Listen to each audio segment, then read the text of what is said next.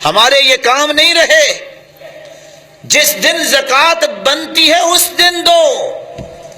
ہم کیا کرتے ہیں، اس سال رمضان جب آئے گا تو زیادہ چالاک اور عقل مند لوگ کیا کریں گے، جو اس سال کی زکوٰۃ ہے وہ رکھ لیں گے۔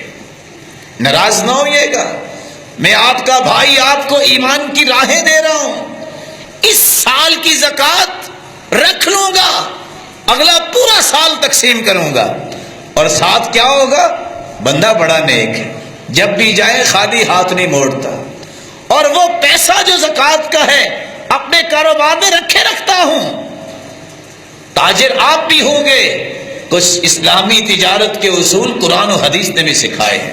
مجھے بتاؤ، جو زکوٰۃ کا مال ہے وہ تو آپ کا نہیں رہا، وہ آپ کے پیسے میں شامل ہو کے جو پروفٹ لا رہا ہے، کس کو دیتے ہو؟ پھر حق یہ ہے جب زکوٰۃ کا وقت آیا تم فارغ ہو جاؤ دے کر۔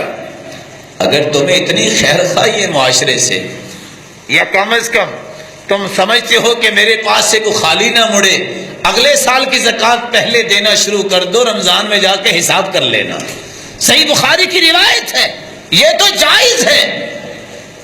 سیدنا عباس رضی اللہ تعالی عنہ کہا، اللہ کے رسول میں زکوٰۃ تو رمضان میں دیتا ہوں، فلاں وقت دیتا ہوں، ضرورت مند اب آ گیا ہے، میں اگر اب دے دوں اور حساب اس وقت جا کے کر لوں ٹھیک ہے؟ فرمایا دے دو۔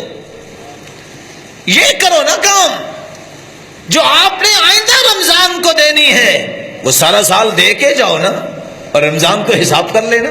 ہم کہتے ہیں نہیں، یہ کھاتے اللہ کی طرف نکلنے چاہیے، ہماری طرف نہیں۔